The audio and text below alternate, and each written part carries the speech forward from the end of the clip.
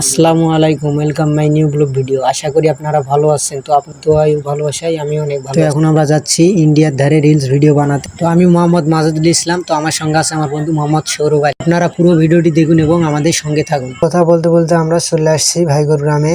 ভাইগড় ঢোকার আগ মুহূর্তে যে রাস্তাটা পাওয়া যায় কাঁচা রাস্তা, ওই রাস্তা দিয়ে যাইতে হবে আমাদের এখন। তো ওই রাস্তায় কিছুক্ষণ আসার পর ফাঁকা জায়গার সাইডে দেখতে পারবেন যে ইন্ডিয়ান 2 থেকে 3টা বাড়ি রয়েছে। তো তারপর আমরা ভাবলাম যে রিলস ভিডিও বানার জন্য এটা একটা ভালো জায়গা। তো আমার সামনে দেখতে পাচ্ছেন এটা হচ্ছে ইন্ডিয়ান পিলার। এই সাইডে দেখতে পাচ্ছেন ধান লাগানো আছে, এগুলা হচ্ছে ইন্ডিয়ান জমি। দেখতে পাচ্ছেন ধান কাটা হয়েছে, এগুলা হচ্ছে বাংলার জমি।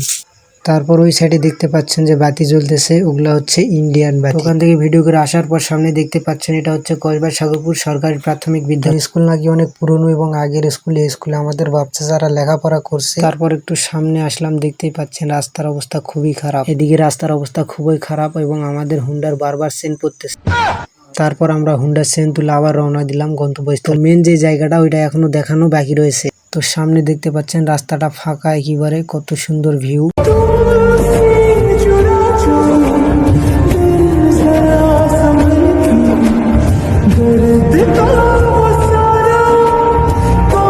এখানকার মেন যে আকর্ষণ সেটা আপনাদের এখন দেখানোর চেষ্টা করি। এদিকে দেখতে পাচ্ছেন এগুলো হচ্ছে বাংলাদেশের। আপনাদের একটু এই সাইডে দেখানোর চেষ্টা করি। ওই যে ওটা হচ্ছে ইন্ডিয়া, ওই যে ওখানে দেখা যাচ্ছে, একটু আপনাদের দেখানোর চেষ্টা করি। ওই যে ওটা হচ্ছে ইন্ডিয়ান তারকাটা। মূলত আমরা আপনাদের এটা দেখানোর জন্য এখানে আসছি। আমরা যতটুকু পারছি ততটুকু আপনাদের দেখানোর চেষ্টা করছি। ভিডিও এই পর্যন্তই। তো আপনারা সুস্থ থাকবেন, ভালো থাকবেন। আর এই ভিডিওটা কে কোথা থেকে দেখছেন কমেন্টে জানাবেন। পরের ভিডিওতে আবার দেখা হবে। আল্লাহ হাফেজ।